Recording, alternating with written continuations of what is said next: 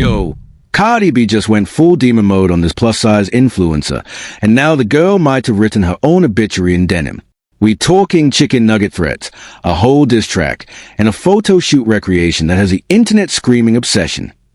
This ain't beef no more. Y'all, this is a one-sided fatal attraction with Old Navy jeans as the murder weapon. And Samyra really thought poking Body Gang twice was gonna end different this time? Brew signed her own social media death certificate in glitter ink. Before we get into it, subscribe, don't miss it. Nah. Samyra, the plus-size advocate turned viral rapper, dropped a full diss track called Plus-Size Freestyle aimed straight at Old Navy and Cardi's new denim campaign, then recreated Cardi's entire Wild West photoshoot look outfit for outfit. This all popped off between August 4th and August 5th, 2026, first on TikTok, then it spilled onto Instagram Reels and X. And Samyra really thought this was a strategic move. Now let's look at the receipts that show why this whole thing backfired harder than a broken denim button. Alright, let me walk you all through the paper trail because this one is crazy. In a now-deleted TikTok on August 4th, 2026, right after Old Navy unveiled the Most Wanted Denim campaign, Samyra hopped on live and said, "Old Navy, that better not be who I think it is. That better not be who I think it is who y'all just posted on your account."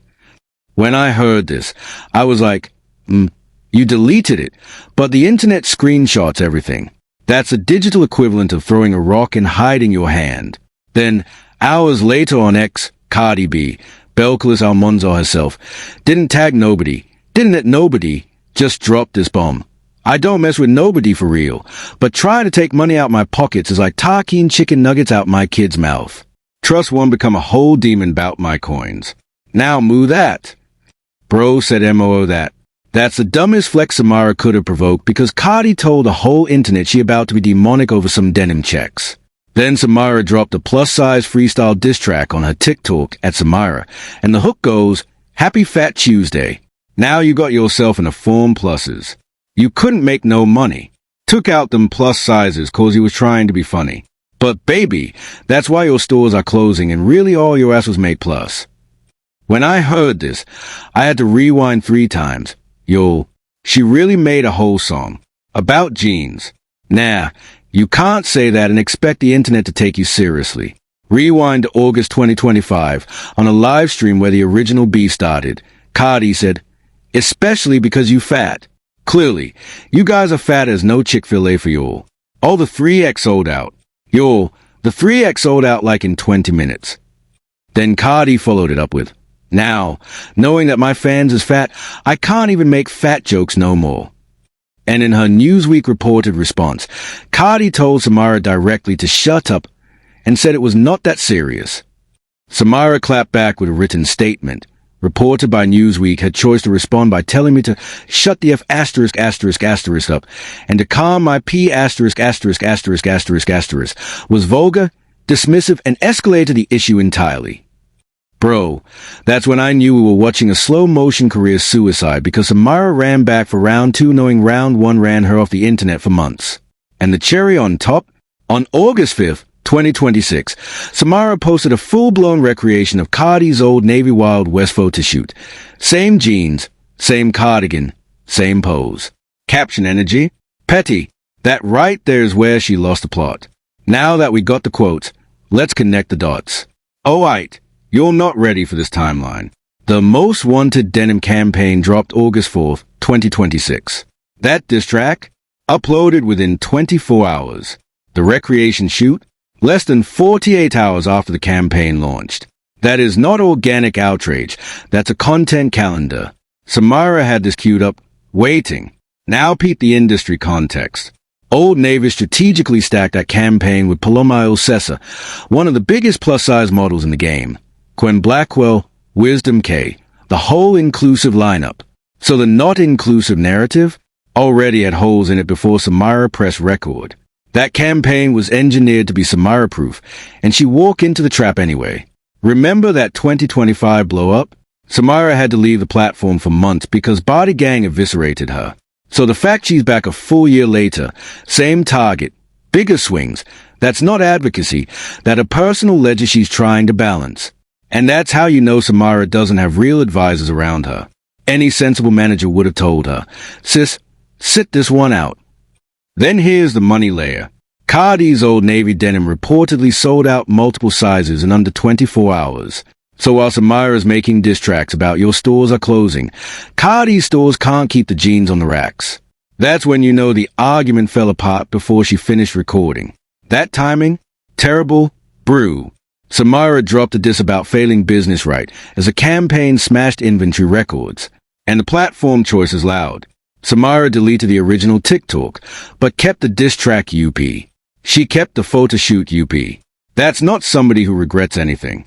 That's somebody addicted to the algorithm. She learned in 2025 that fighting Cardi equals views. Now she's running the same play like Cardi's fanbase forgot. They didn't. But here's where it gets even more interesting. Let me put on my detective hat because there's layers here you're sleeping on. Now check this out. Nobody's talking about that phrase, MOO, that Cardi dropped. That's not random. Moo is cow language. Cardi didn't call Samyra fat directly. She coded it. That's plausible deniability wrapped in an insult wrapped in a meme. That's a woman who's been through a defamation case and knows exactly how to word things. And Samyra really didn't catch that? That's embarrassing. Now zoom into the diss track. The word Tuesday in Happy Fat Tuesday. That's a callback to Mardi Gras Fat Tuesday, but it's also a hook designed to loop. Even the creator we researched said, and I quote her energy, "I hate to admit it, but that be stuck in my head." That's the tell. Samyra didn't write a diss. She wrote a jingle. That means the goal was never to hurt Cardi. The goal was to sell Samyra. Bro thought that made her a lyricist. Nah, that made her a mascot. Then the outfit recreation? Look at ONE specific piece, the Peter Pan collar shoes. Even fans defending Samyra said the shoes miss. Why does that matter? Because when you copy somebody's drip and still can't nail it, the message becomes, the original was better.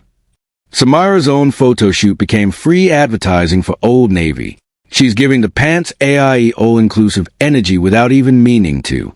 If Samyra had half a marketing brain, she would have noticed she was literally modeling for the brand she was mad at. And peep the makeup and hair in the recreation. She went all out. Full glam. Professional photographer credited at Jocek_Kozlowski. That's the problem right there. She doesn't read between the lines of her own content.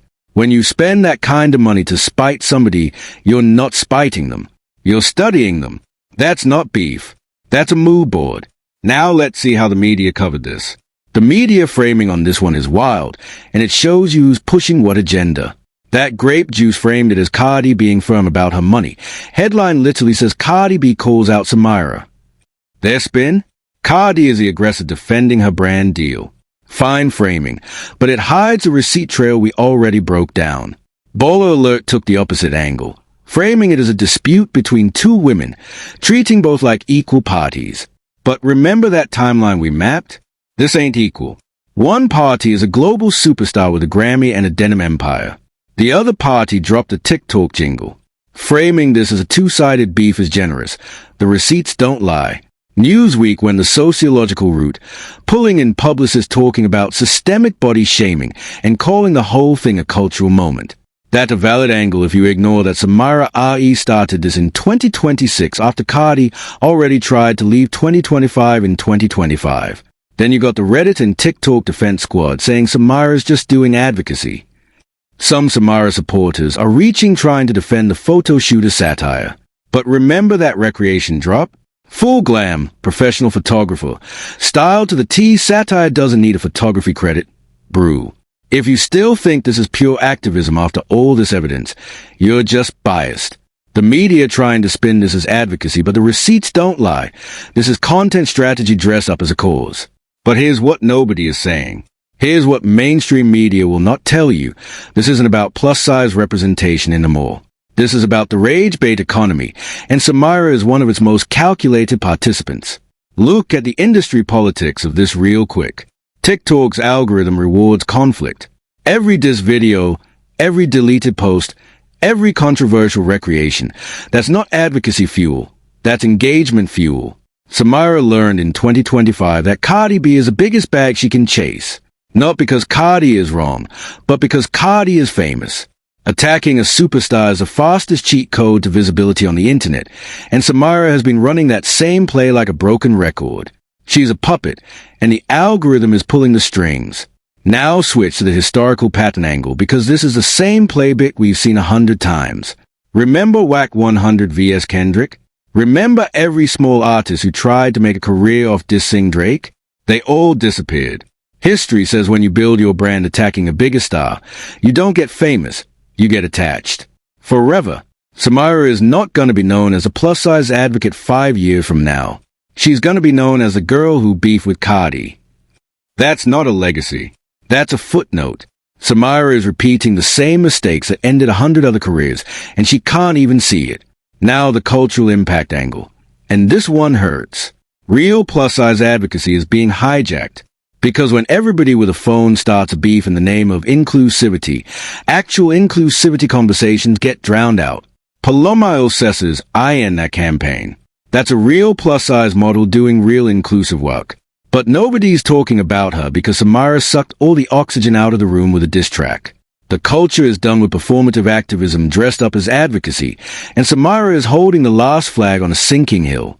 Here's the psychological warfare piece. Cardi's response, "Chicken nuggets out of my kid's mouth," was weaponized grade brilliance. It's relatable. It's motherly. It's not attacking Samyra's body. It's protecting her children. That flipped the moral high ground in one sentence. Every mother watching just picked a side. Samyra is playing checkers thinking she's a lyricist. Cardi is playing 5D chess with a PR team. Every move Samyra makes is predictable. She already lost. She just doesn't know it yet. And the authenticity crack in Samyra's whole persona? Her platform is advocacy, but her actions are ENVY. The recreation photoshoot exposed her. Because you don't professionally recreate the outfit of somebody you hate. You do that for somebody you're obsessed with. Imitation is the sincerest form of flattery, and Samyra just proved every hater right. Her whole persona is manufactured, and the mask is falling apart in real time. So what happens next? Scenario 1, most likely outcome.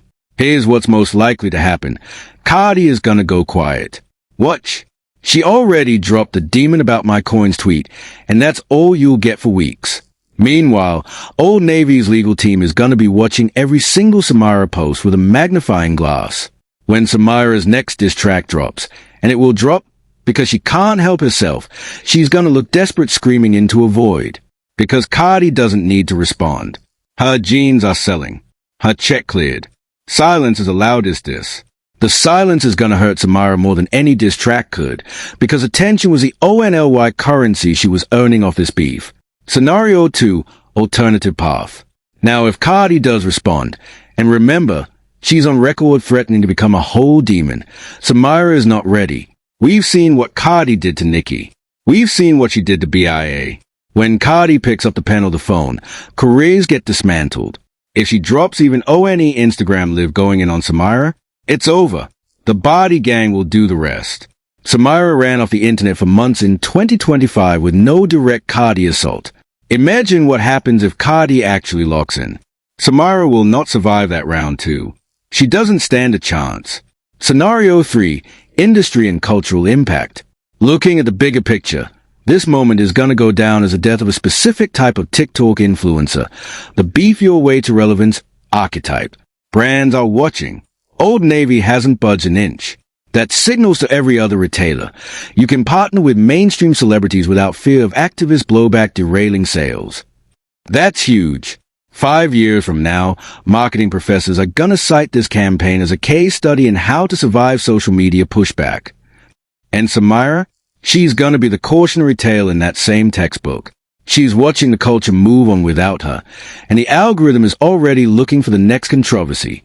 Whatever happens next, one thing's clear. Samyra already lost. Thanks for watching.